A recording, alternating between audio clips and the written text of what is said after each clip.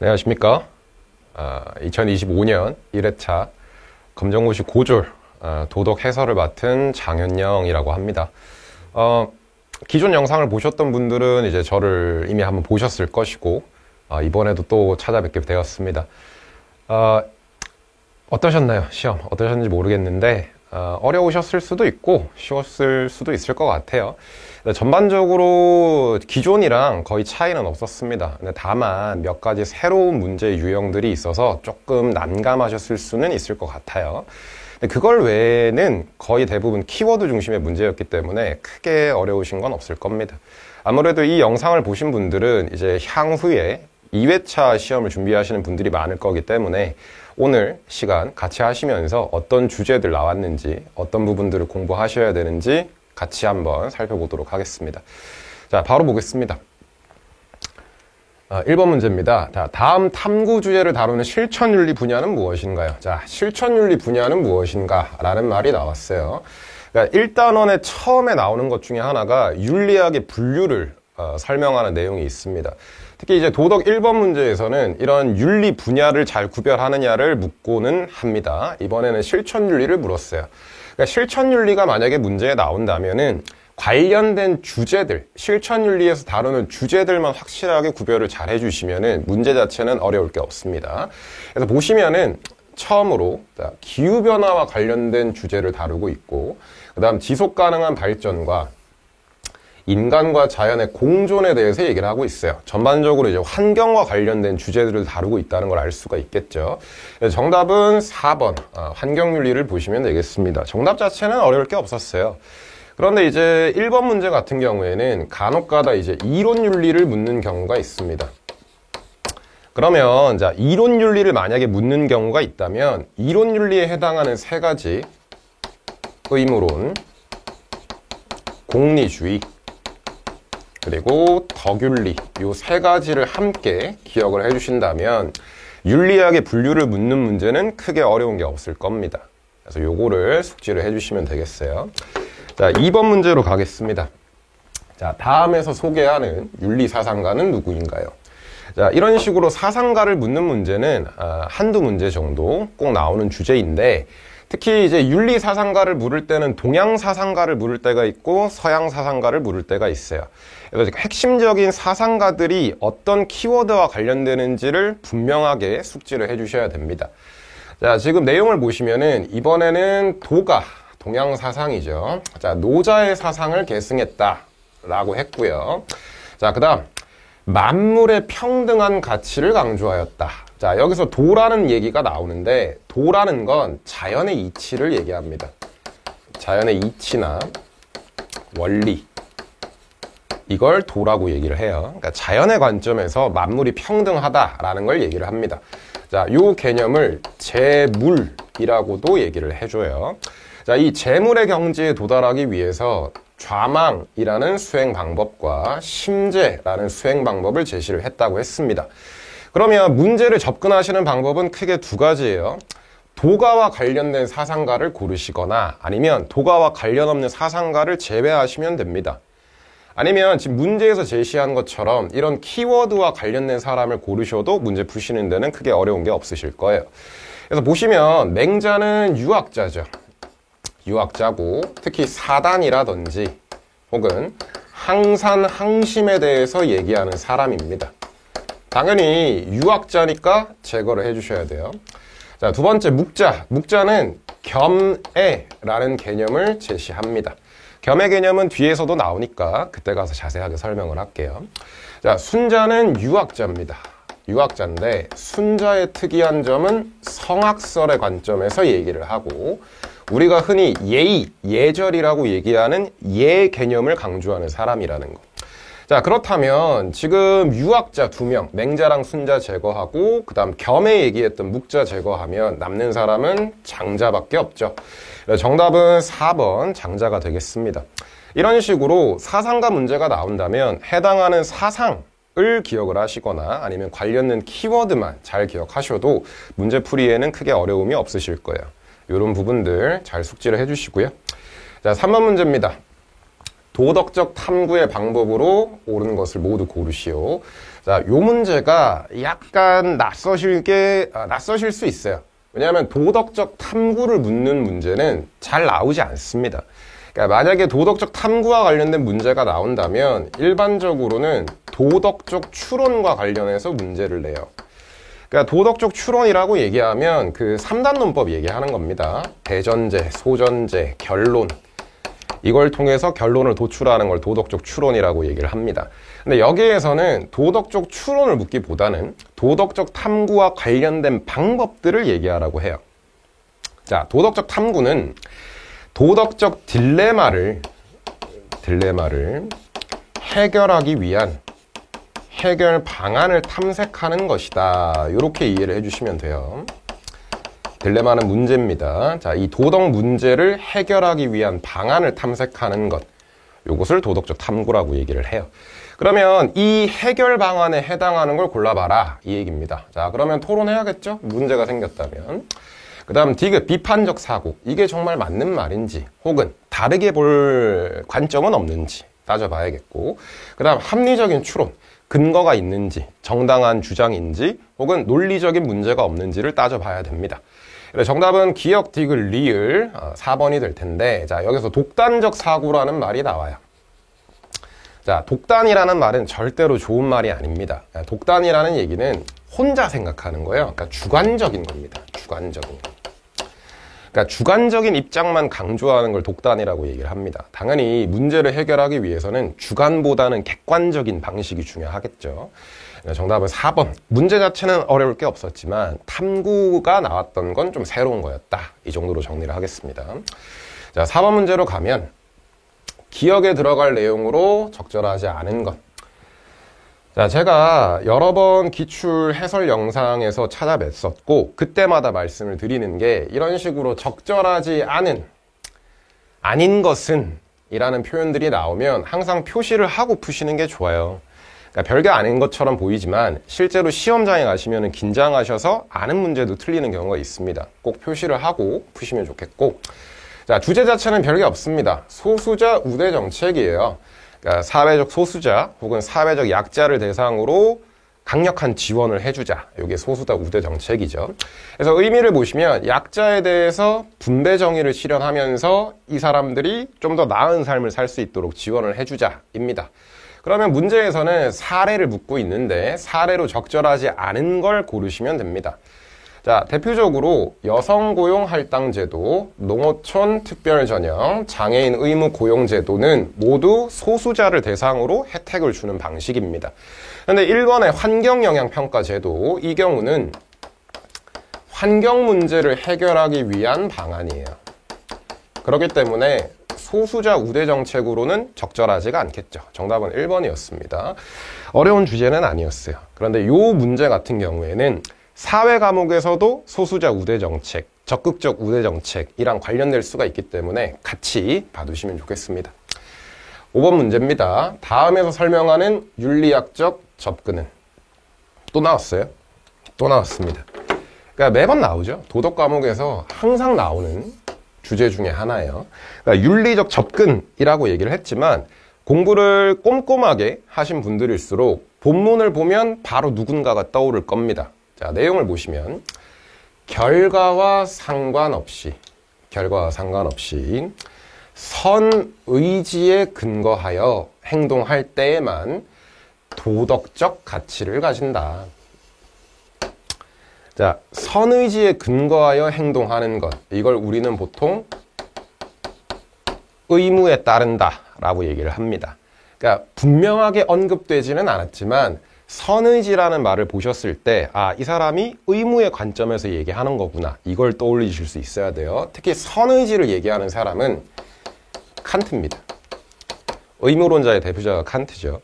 그러니까 칸트라는 이름이 직접적으로 언급되지도 않았고 정언 명명이나 혹은 의무라는 말이 나오지는 않았지만 이게 어떤 의미인지를 아실 수 있다면 충분히 정답을 고르실 수 있었어요. 정답은 의무론적 접근이 되겠습니다. 2번이 정답이에요. 자, 나머지를 조금 설명을 하겠습니다. 계약론적 접근은 보통 사회계약론이라고 얘기를 해요. 자, 사회계약론은 개인들이 권리를 보장받기 위해 개인 간의 자발적 합의, 즉 계약을 통해서 국가를 형성한다 라는 이론입니다. 여기에 해당하는 사람으로 홉스, 로크, 루소 세 사람이 대표적으로 있어요. 근데 지금 여기에서는 계약이라는 얘기도 없고 국가라는 얘기도 없죠. 빼주셔야 되겠고, 그 다음 공리주의적 접근. 사실 이번 회차가 특이한 것 중에 하나가 공리주의와 관련된 문제가 직접적으로 출제되지는 않았어요. 그러니까 기존의 기출문제들을 쭉 살펴보면 칸트 문제와 공리주의 문제는 한 번도 빠짐없이 출제가 되었었는데, 이번에는 공리주의를 언급하는 경우는 있어도 공리주의와 관련된 직접적인 문제는 출제가 되지 않았습니다. 하지만 그렇다고 해서 2회차에 안 나오는 보장은 없기 때문에 공리주의는 항상 잘 기억을 하셔야 됩니다. 자, 공리주의의 가장 중요한 내용은 유용성의 원리, 결과가 좋다면 그 행동도 정당하다, 도덕적이다 라고 얘기하는 입장이죠. 이걸 좀 더 다르게 얘기하면 최대 다수, 최대 행복, 줄여서 최다 최행이라고 할게요. 자, 이 개념을 기억하시면 공리주의는 쉽게 고르실 수가 있겠죠. 근데 본문에는 지금 유용성의 원리나 혹은 최대 다수, 최대 행복이라는 얘기도 없기 때문에 공리주의는 빼주셔야 돼요. 자, 공리주의에 해당하는 사람으로 벤담, 밀, 그리고 요즘에 자주 나오는 싱어라는 사람이 있습니다. 이렇게 세 사람이 공리주의에 해당하는 대표적인 사람들이에요. 자, 신미주의라는 말이 있는데 사실 이 신미주의라는 말은 모의어로 상관이 없어요. 그러니까 과거에 이 신미주의라는 말이 예술지상주의를 의미하는 표현이었습니다. 과거 기출 문제를 찾아보시면 예술지상주의라는 말 대신에 신미주의라는 표현을 쓰기도 해요. 근데 지금 여기 본문과는 관련이 없기 때문에 신미주의는 바로 제거를 해주시면 됐습니다. 그래서 이런 식으로 아까 봤던 사상가를 묻는 문제 혹은 사상을 묻는 문제는 항상 출제되는 내용이기 때문에 잘 기억을 해주셔야 됩니다. 자, 넘어가겠습니다. 6번 문제. 자, 가나에 들어갈 내용으로 적절하지 않은 것을 고르시오. 자, 이번에도 적절하지 않은 걸 고르래요. 적절하지 않음을 표시해 주시고, 자, 통일 얘기하고 있습니다. 자, 통일에 대해서 찬성 입장, 그리고 반대 입장에 들어갈 말인데 적절하지 않은 걸 고르래요. 자, 그래서 보시면 여기 안 지워졌네요. 자, 1번에 우리 민족의 동질성을 회복할 수 있다. 그러니까 통일하자는 거겠죠. 자, 두 번째, 지구촌의 평화 실현에 기여할 수 있습니다. 좋다는 거잖아요. 찬성하는 겁니다. 세 번째, 통일 비용보다 통일 편익이 클 수 있다. 간단하게 얘기하면 투입되는 비용에 비해서 편익이 크다는 겁니다. 편익은 이익이나 만족감이죠. 그러면 이익이나 만족감이 크다면 하자고 얘기를 할 거예요. 그래서 이거는 반대하는 입장이 아니고 찬성에 가까운 입장입니다. 그런데 지금 여기에서는 나 반대하는 입장에 들어간다 라고 표시가 돼 있어요. 반대하는 입장에 들어가면 안 되겠죠. 찬성하는 입장이니까. 정답은 3번 쉽게 고르실 수 있을 것이고, 4번 보시면 정치적 혼란, 나쁘지 않아요. 자, 정치적 혼란은 당연히 반대하는 이유일 겁니다. 자, 이런 식으로 구별만은 잘 해주시면 그렇게 크게 어려운 문제는 아니었어요. 그런데 이런 유형의 경우에는 항상 적절하지 않으니라는 표현, 그리고 찬성 입장과 반대 입장을 명확히 구별하느냐를 묻기 때문에 꼼꼼하게 지문과 문제를 보셔야 됩니다. 그래야 실수를 하지 않으세요. 자, 넘어가겠습니다. 7번 문제. 또 나왔죠. 매번 나옵니다. 매번 나오는 주제고 쉬워요. 이런 거 틀리시면 안 되겠죠. 자, 간단합니다. 탐욕을 부리지 않는 것. 눈앞의 이익보다는 옳음을 강조하는 것. 자, 이걸 우리는 보통 뭐라고 합니까? 청렴이라고 얘기를 하죠. 정답은 청렴 쉽게 고르실 수 있었을 텐데, 자, 이 청렴 관련된 용어들만 몇 가지 정리하고 넘어가겠습니다. 자, 대표적으로 선공후사라는 말이 있어요. 자, 공익과 사익 중에 공익을 우선해야 된다라는 얘기입니다. 그 다음 결리사의라는 말이 있어요. 이익을 보면 올바른지를 생각하라 라는 뜻입니다. 올바름을 더 강조하는 거죠. 자, 그 다음 대표적인 사람으로는 정약용이라는 사람이 있고, 요 정약용이 청렴을 강조하기 위해 쓴 책이 있어요. 그 책을 우리는 목민심서라고 얘기를 합니다. 자, 정약용은 요 애민 개념도 같이 알아두셔야 된다. 백성을 자식처럼 사랑해라. 그러니까 공직자, 통치자라면 일반 백성들을 자식을 대하듯 사랑해야 된다. 수탈하지 마라. 요걸 애민 개념이라고 합니다. 그래서 청렴 관련된 내용들 같이 기억을 하시면 좋겠습니다. 넘어가겠습니다. 8번 문제. 기억에 들어갈 용어로 적절한 것을 고르시오. 조금 어려우셨을 수도 있을 것 같아요. 자, 주제는 해외 원조입니다. 해외 원조도 어려운 주제 중에 하나이기 때문에 별표를 하나 쳐줄게요. 자, 지금 해외 원조의 목적을 물어요. 목적을 묻고 있고, 이 해외 원조와 관련된 사람으로 싱어라는 사람과 롤스라는 사람, 두 사람을 제시를 하고 있어요. 지금 문제에서는 롤스와 관련된 개념을 고르시면 됩니다. 싱어는 나와 있죠. 자, 싱어는 아까 제가 공리주의와 관련해서 중요한 사상가라고 말씀을 드렸었고, 요즘 공리주의 문제에서 제일 많이 나오는 사람은 싱어이기 때문에 싱어 관련된 개념들을 잘 기억을 하셔야 됩니다. 그래서 문제에서도 공리주의라고 제시를 하고 있고요. 자, 싱어는 원조의 목적을 뭐라고 보느냐? 고통받는 사람들. 공리주의에서는 고통이란 악, 나쁜 거예요. 특히 빈곤으로 인한 고통도 악, 나쁜 거죠. 악, 나쁨에 시달리는 사람들의 고통을 경감, 줄이는 것이 목적이다 라고 하면 싱어의 입장입니다. 자, 그런데 롤스의 경우에는 고통받는 사회를 기억이 되도록 돕는 것이라고 하고 있어요. 자, 그러면 고통받는 사회가 뭐냐? 고통받는 사회의 의미는 깊게 모르셔도 상관없겠지만 롤스에게는 고통받는 사회가 원조 대상입니다. 우리가 도와줘야 될 대상이 고통받는 사회예요.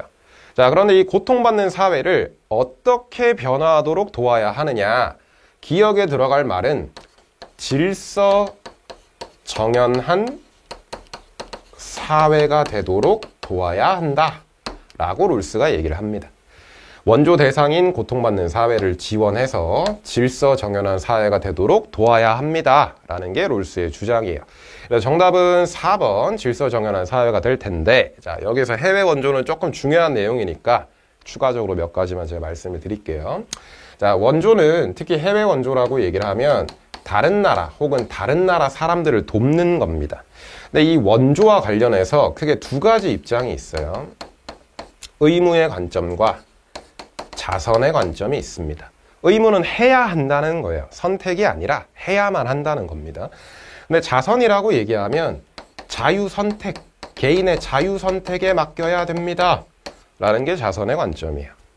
자, 다시 이 의무의 관점에 해당하는 사람을 둘로 나누면 한 명이 싱어, 다른 한 명이 롤스가 됩니다. 자선의 관점에 해당하는 사람은 노직이라는 사람이에요. 자, 싱어, 롤스, 노직 모두 중요한 사람들이고 매번 혹은 번갈아 가면서 출제되는 사람들이기 때문에 해당되는 내용을 잘 숙지를 해주셔야 됩니다. 자, 싱어는 아까 말씀드렸죠. 공리주의적인 관점에서 빈곤으로 인한 고통을 줄이는 것은 우리의 의무입니다 라고 얘기를 해요.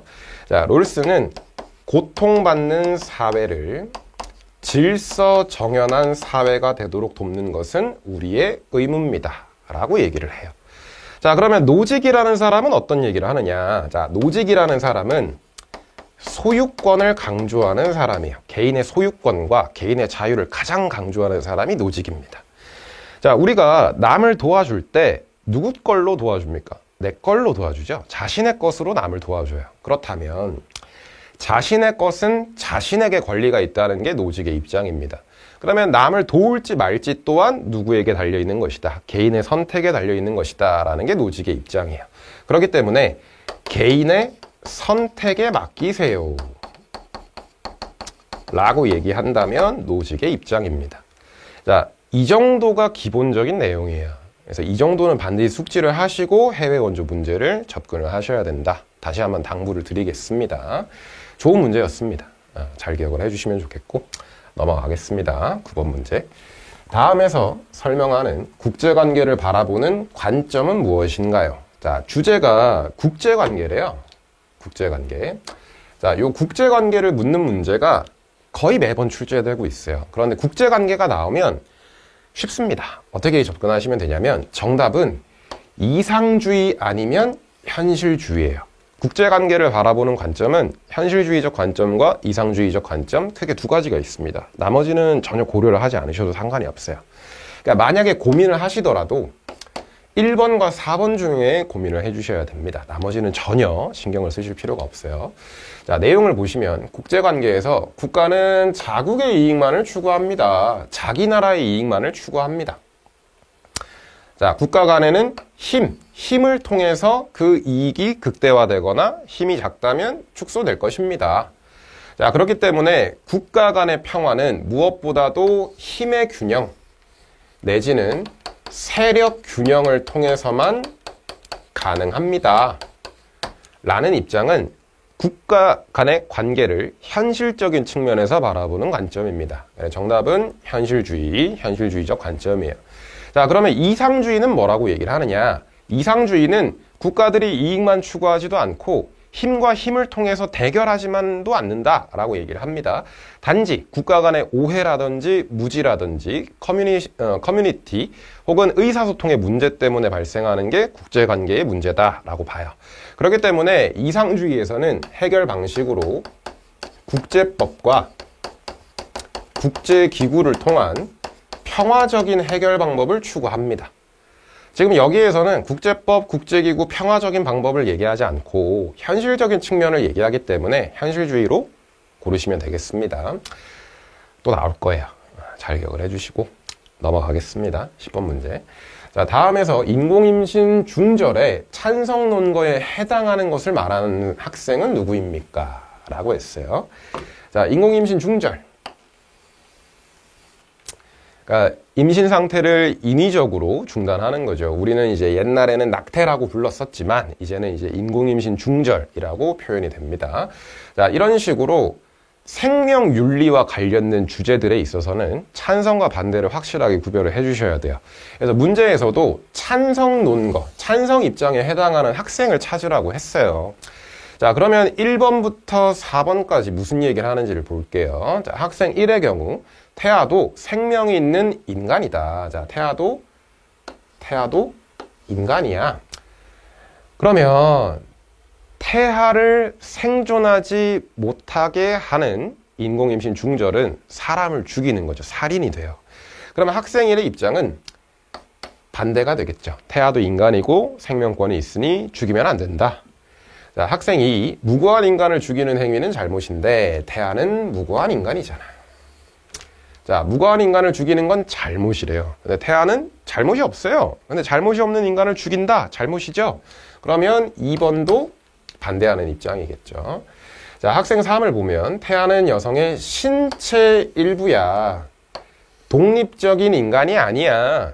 여성의 신체에 불과해. 라고 얘기를 합니다. 그렇기 때문에 여성은 선택할 권리가 있어. 자신의 신체를 마음대로 할 수 있어. 원한다면 임신 상태를 중단할 수 있어. 라고 얘기를 합니다.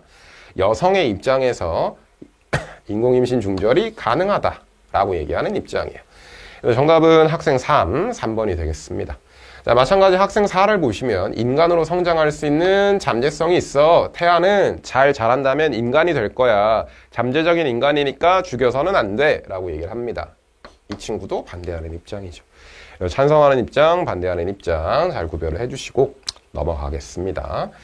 자, 11번. 가족 간에 지켜야 할 바람직한 자세로 옳은 것을 골라보세요. 이런 문제는 틀리시면 안 됩니다.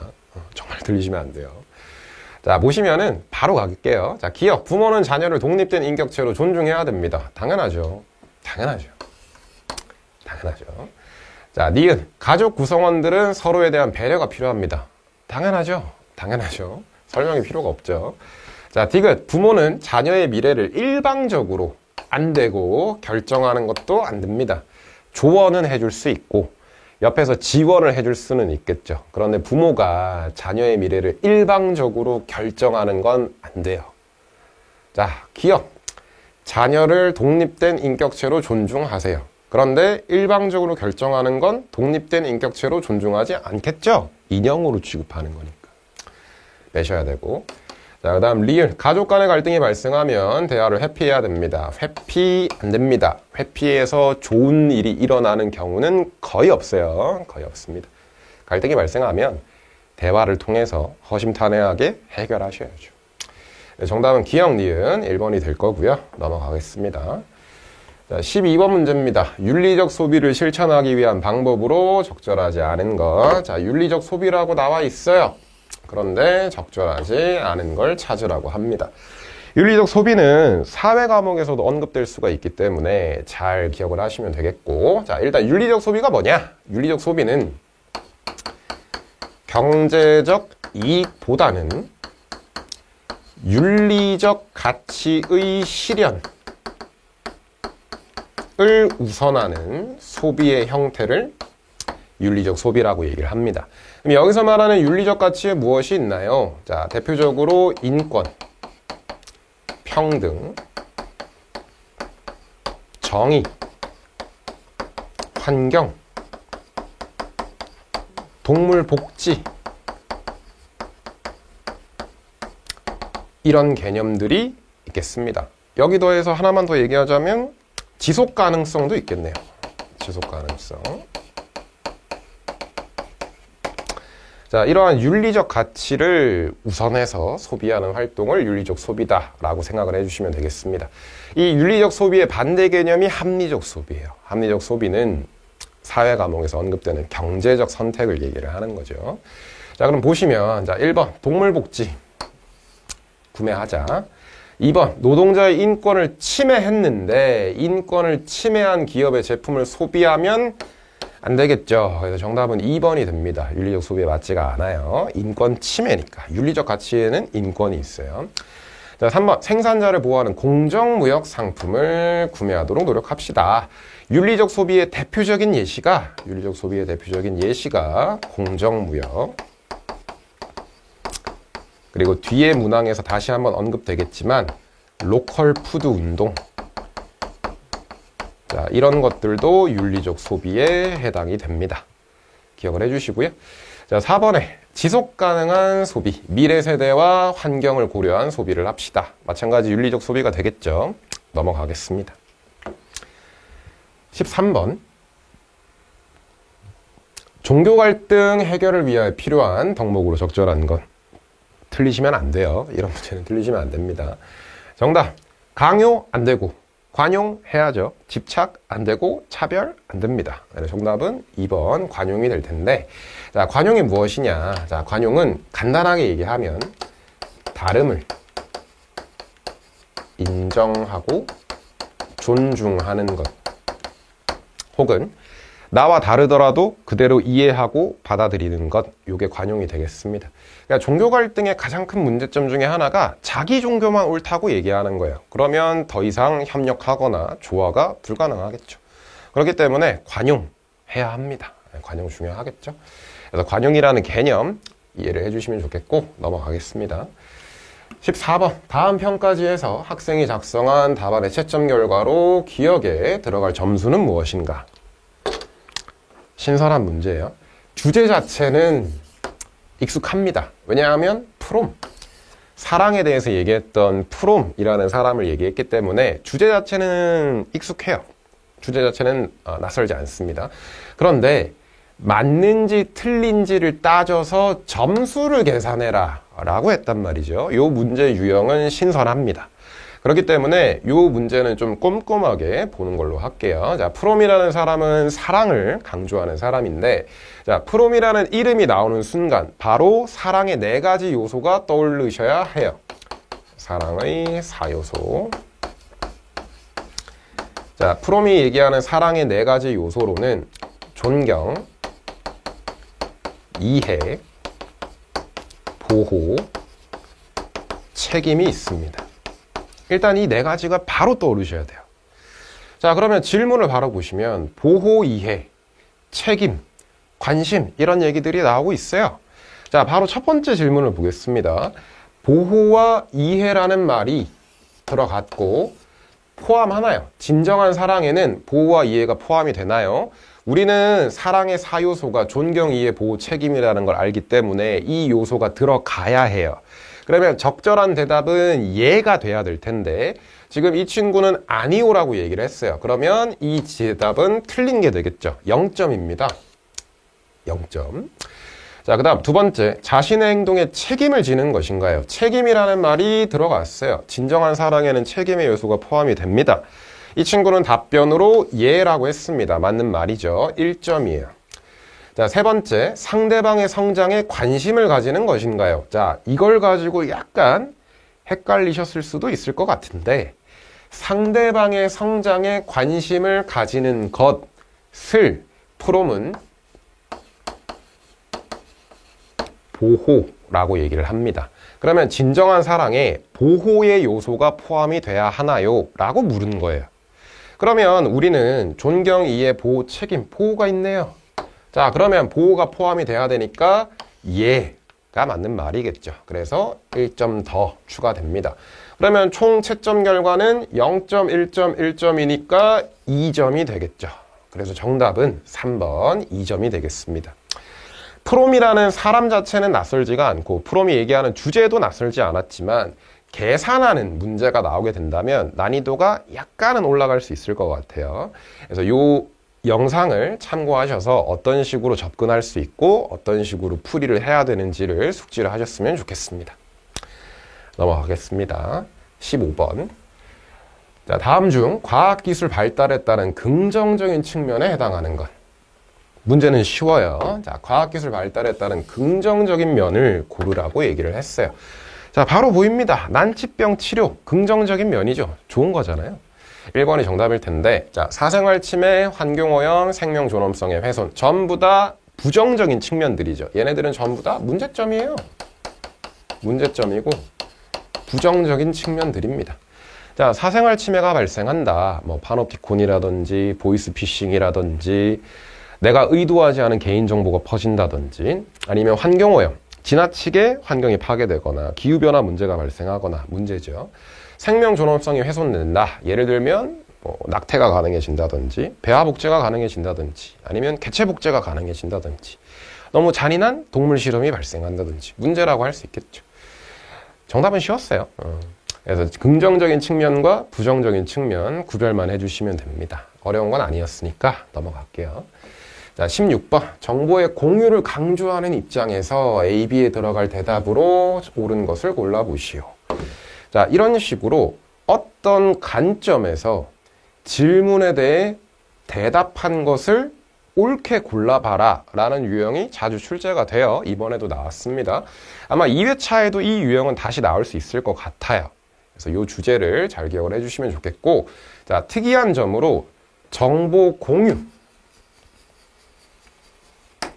자, 정보 공유와 관련된 주제가 출제가 됐어요. 자, 이거는 지적 재산권과 관련된 입장을 알고 있니? 라고 물은 거예요.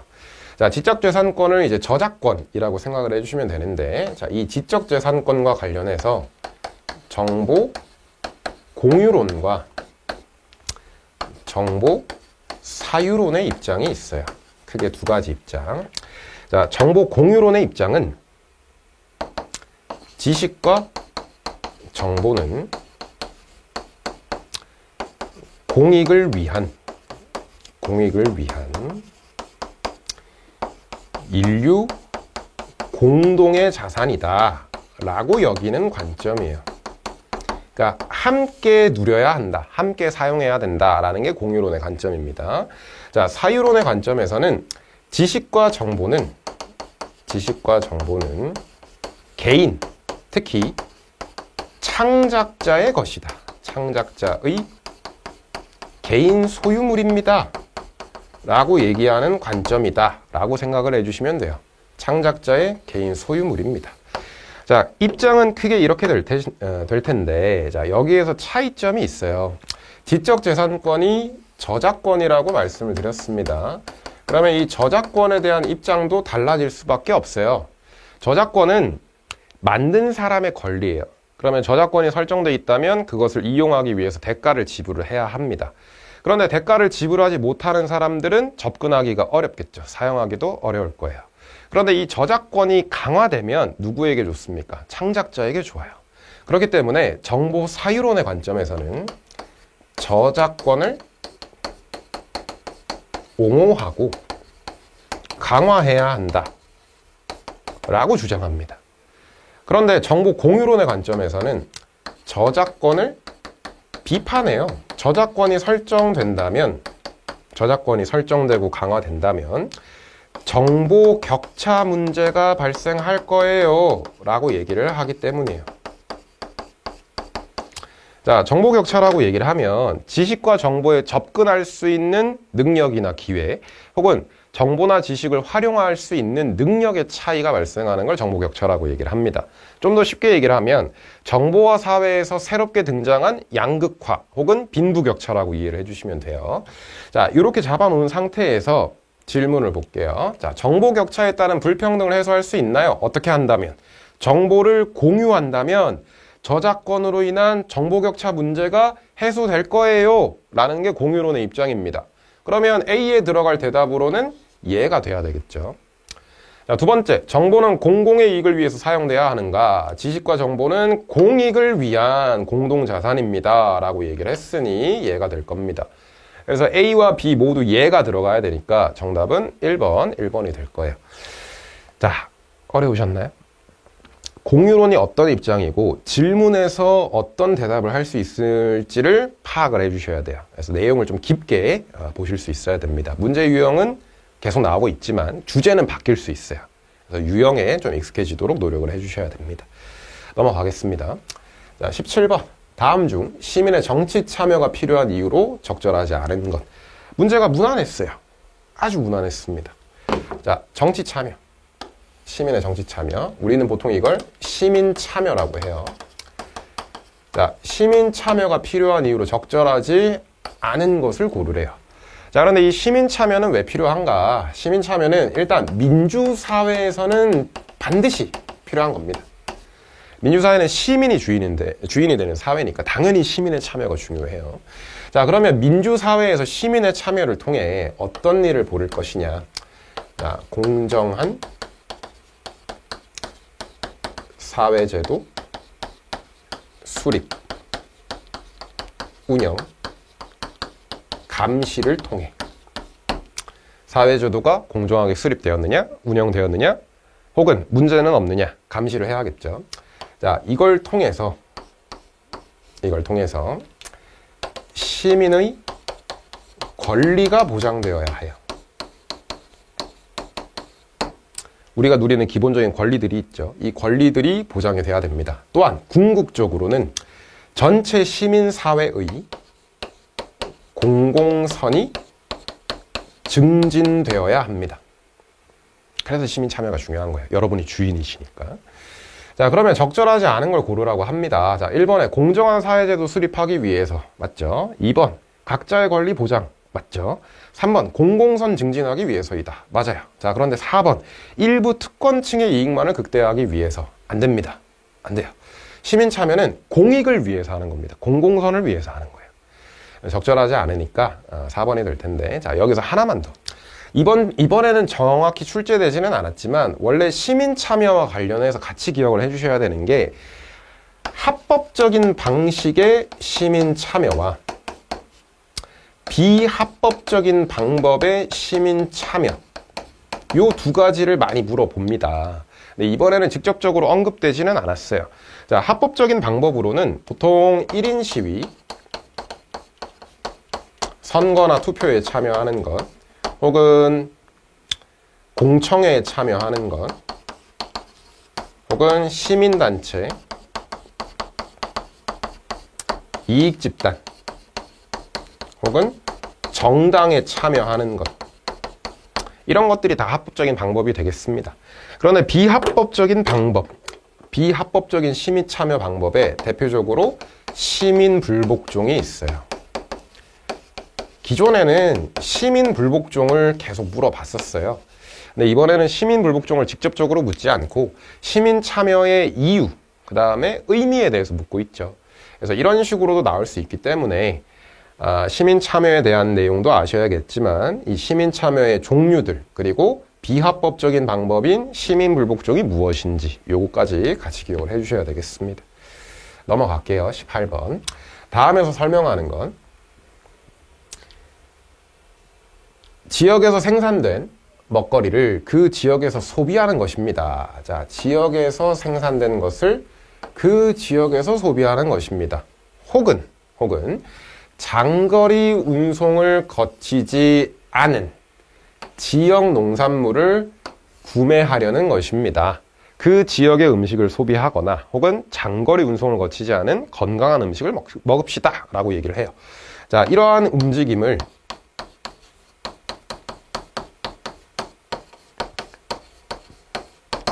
로컬 푸드 운동이라고 얘기를 합니다. 그러니까 로컬 푸드 운동은 두 가지 의미예요. 그러니까 지역의 특산물을 소비하자는 의미도 있지만 장거리 운송을 거치지 않은 안전하고 건강한 음식을 먹자는 의미도 있습니다. 자, 특히 로컬 푸드가 어떤 의미가 포함되느냐? 장거리 운송을 하게 될 경우에는 화석 연료를 비롯한 에너지 소비가 발생을 합니다. 자동차나 혹은 선박, 비행기를 이용을 해야 하니까요. 그러면 특히 우리는 석유 자원을 쓰기 때문에 온실가스가 많이 배출될 수 있어요. 그래서 로컬 푸드는 탄소 배출량을 줄이자라는 의미도 있습니다. 온실가스를 줄여서 환경 보호에 기여합시다 라는 의미도 같이 들어가 있어요. 그래서 이 로컬 푸드가 앞쪽에서 말씀을 드렸지만 윤리적 소비의 하나의 예시에 해당한다는 것, 그 부분까지 같이 기억을 해주시면 되겠습니다. 그래서 정답은 2번이에요. 2번인데, 자, 여기 4번 보시면 아까 제가 방금 말씀드렸던 이제 시민 불복종 내용이 나오고 있어요. 시민 불복종은 특히나 기억을 잘 해주셔야 될 게 비합법적인 방법이라는 것. 다르게 얘기하면 위법행위예요. 위법행위라는 말을 잘 기억을 해주시고, 요거와 관련된 불복종의 정당화 조건들이 있었습니다. 공익성, 공개성, 비폭력성, 처벌 감수, 최후의 수단, 이런 정당화 조건들이 있었어요. 기억을 잘 해주셔야 됩니다. 넘어가겠습니다. 자, 19번. 다음에 해당하는 사상가는 누구인가요? 자, 이 문제는 별표를 하나 칠게요. 요즘 단골로 나오고 있는 사람이에요. 자, 보시면은 너의 행위의 결과가 미래에도 인간이 존속할 가능성을 파괴하지 않도록 행동해라. 다르게 얘기하면 지속 가능성을 고려하라. 현 세대의 책임은 1차적으로 미래 세대의 존재를 보장하는 것입니다. 자, 우리는 누굴 책임져야 된다? 미래 세대와 그리고 미래 세대가 살아갈 환경까지 책임져야 합니다. 자, 책임을 강조하는 사람이에요. 책임을 강조하고 지속 가능성에 대해서 얘기를 합니다. 자, 이 사람을 요나스라고 얘기를 해요. 2번이 정답인데, 이 요나스의 입장을 책임윤리라고 얘기를 합니다. 책임윤리 기억을 잘 해주시고, 자, 나머지 사람들은 중요한 키워드 정도만 언급하고 넘어갈게요. 자, 베이컨이라고 얘기를 하면은 과학기술 지상주의, 과학이 최고입니다 라고 얘기하는 사람, 그리고 자연윤리에서 인간중심주의와 관련해서 나오는 사람입니다. 자, 플라톤은 이데아라는 키워드는 반드시 기억을 해주셔야 돼요. 이데아라는 키워드는 플라톤을 상징하는 말이니까. 자, 베카리아, 이 사람은 사형과 관련해서, 특히 교정적 정의라고 하는데 형벌과 관련해서 사형에 반대하고 종신 노역형을 도입합시다 라고 얘기하는 사람이었어요. 그래서 키워드는 떠올리실 수 있어야 되겠습니다. 자, 넘어갈게요. 20번. 자, 다음 교사의 질문에 적절하게 대답한 학생은 누구입니까? 쉬운 문제예요. 다문화 사회에서 동화주의적 관점에 대해서 적절한 설명을 골라봐라 이 얘기죠. 자, 학생 1위 샐러드볼. 자, 샐러드볼은 다문화주의입니다. 다문화주의. 자, 다문화주의 내지 샐러드볼의 특징이 뭐냐? 문화를 평등하게 인정한다는 것. 이주민 문화의 고유성을 보존하려고 하는 것. 전부 다 같은 내용이에요. 이 세 가지가 모두 다문화주의 혹은 샐러드볼 이론에 대한 설명입니다. 전에 학생 4를 보시면, 자, 소수 문화를 주류 문화에 통합합니다. 라고 얘기를 해요. 자, 소수 문화를 인정하지 않고 주류 문화가 더 중요합니다. 라고 얘기를 한다면, 이게 동화주의가 되겠습니다. 그래서 동화주의에 해당하는 건 4번. 정답은 4번이 되겠죠. 넘어가겠습니다. 21번. 표에서 생태중심주의 사상가인 레오폴드의 관점에만 체크 표시한 학생을 골라보세요. 자, 중요한 문제니까 생태중심주의 혹은 레오폴드. 자, 생태중심주의의 가장 큰 특징은 무생물을 포함한 전체 생태계가 도덕적 고려 대상입니다. 도덕적으로 존중해야 됩니다. 라고 얘기한다는 겁니다. 자, 그래서 첫 번째 보시면 전일론이라는 말이 나와요. 자, 전일론이라는 말은 잘 기억하시고 전일론은 전체 생태계를 존중해야 됩니다. 라는 뜻이에요. 그러면 생태중심주의니까 당연히 맞는 말이 되겠죠. 두 번째, 자, 인간은 자연보다 우월한 지위를 지닙니다. 요거는 생태중심주의가 아니고 인간중심주의적인 관점이에요. 생태중심주의에서는 인간은 우월하지 않다라고 얘기를 합니다. 생태계의 평등한 구성원이다 라고 얘기를 해요. 적절하지 않습니다. 세 번째, 생태계 전체는 도덕적 고려 범위에 포함됩니다. 전체는 도덕적 고려 범위에 포함됩니다. 다르게 얘기하면 존중의 대상입니다. 이걸 우린 뭐라고 하냐? 전일론 혹은 생태중심주의라고 얘기를 합니다. 그래서 정답은 첫 번째와 세 번째에 표시한 A가 정답이 되겠죠. 그래서 1번이 정답이 되겠습니다. 넘어가겠습니다. 22번. 자, 예술지상주의 관점에서 옳은 것을 골라보세요. 자, 예술지상주의는 예술윤리를 얘기하는 거고요. 보통은 예술지상주의뿐만 아니라 혹은 도덕주의 관련해서 문제를 출제하는 경우도 있어요. 그래서 예술지상주의랑 도덕주의는 비교를 잘 해주셔야 된다. 자, 기억을 보시면 예술을 위한 예술. 자, 이걸 순수예술론이라고 하고요. 순수예술론은 예술지상주의와 관련된 내용입니다. 기억은 맞겠죠? 자, 니은 예술의 자율성을 보장해야 됩니다. 자율성을 강조해요. 주체성을 강조하고 독립성을 강조하고 자율성을 강조해요. 얘도 예술지상주의에 맞습니다. 자, 그런데 디귿 윤리적 기준으로 예술을 평가해야 됩니다. 윤리적 기준이 중요합니다. 그렇다면 얘는 도덕주의가 되겠죠. 적절하지 않습니다. 자, 리을 예술은 감상자에게 교훈을 주어야 합니다. 도덕적 교훈을 제공해야 됩니다. 도덕주의가 됩니다. 자, 문제에서는 예술지상주의와 관련된 걸 찾으라고 했으니 기억, 니은 1번이 정답이 될 겁니다. 넘어가겠습니다. 자, 23번 퀴즈에 대한 정답으로 옳은 것 또 나왔죠. 이 정도면 거의 단골이라고 보시면 될 것 같아요. 자, 공자가 임금은 임금다워야 하며 아버지는 아버지다워야 한다라고 얘기를 했다. 군군 신신 부부 자자. 자, 군주는 군주답게, 신하는 신하답게, 아버지는 아버지답게, 아들은 아들다워야 한다. 자, 이걸 다르게 얘기하면 각자가 자신의 위치에 걸맞은 역할에 충실해야 합니다. 자, 이걸 뭐라고 합니까? 정명이라고 해요. 정명 개념은 잘 기억을 해주셔야 됩니다. 그래서 정답은 3번이 되겠고요. 자, 나머지를 보시면 겸해. 자, 이거 아까 묵자라는 사람이 얘기한다고 했어요. 자, 겸해는 평등한 사랑입니다. 평등한 사랑. 차별하지 마라. 차별하면 문제가 생긴다. 자, 2번 무위. 무위는 도가에서 얘기합니다. 자연의 이치에 순응해라.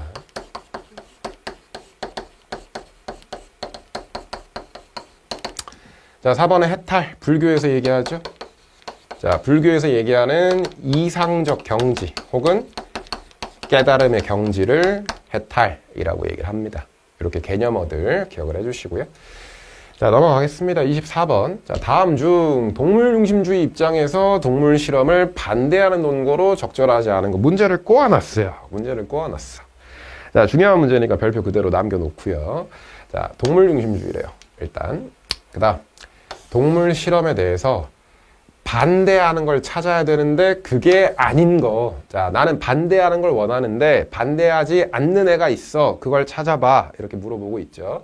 자, 일단 동물중심주의라는 키워드가 매우 중요합니다. 자, 동물중심주의에 해당하는 사람이 대표적으로 싱어 그리고 레건. 자, 이 두 사람은 동물도 도덕적으로 존중받을 권리가 있습니다. 동물도 도덕적 고려 대상입니다. 라고 얘기하는 사람이에요. 쉽게 얘기하면 동물도 소중합니다. 라고 얘기를 하죠. 자, 그러면 반대할 텐데, 이 사람들은 동물 실험에 반대할 텐데 거기에 적절하지 않은 걸 찾아봐라. 자, 1번 동물 실험은 동물 권리를 침해할 수 있어요. 자, 이 사람들은 모두 동물 권리를 강조하는 사람입니다. 침해할 수 있어요. 반대하는 입장. 두 번째, 자, 동물 실험으로 의료기술을 발전시킬 수가 있다. 의료기술 발전은 누구에게 좋은 겁니까? 이건 인간의 유용성을 강조하는 거죠. 인간의 유용성. 그렇다면 이건 반대한다기보다는 찬성하는 입장에 가까울 겁니다. 정답은 2번이에요. 정답은 2번인데, 자, 3번을 계속 보시면 동물 실험은 동물에게 불필요한 고통을 줄 수 있어요. 공리주의자들은 고통을 싫어합니다. 동물은 고통을 느낄 수가 있죠. 그렇기 때문에 얘도 반대하는 입장일 거예요. 4번. 자, 동물은 삶의 주체로서 도덕적 고려 대상에 포함됩니다. 삶의 주체라는 얘기는 레건이라는 사람의 핵심 키워드예요. 레건은 동물을 삶의 주체, 존중받을 권리를 가진 존재로 얘기를 합니다. 그렇기 때문에 도덕적 고려 대상에 포함이 되죠. 다르게 얘기하면 존중의 대상입니다. 동물 또한 존중의 대상입니다. 근데 존중의 대상인데 실험에 막 쓰는 건 문제가 있어요. 자, 반대하는 입장이겠죠. 자, 그렇기 때문에 나머지는 다 반대지만 2번은 인간의 유용성의 관점에서 얘기하기 때문에 찬성, 반대 입장이 아니니까 2번이 정답이 되겠습니다. 그래서 동물중심주의 이 내용은 자주 나오는 거니까 잘 기억을 해주셔야 돼요. 자, 마지막 25번 문제 보겠습니다. 자, 가에 들어갈 윤리사상가는 누구입니까? 자, 이 사람도 많이 나오는 사람이라서 별표 그대로 남겨놓을게요. 자, 평화.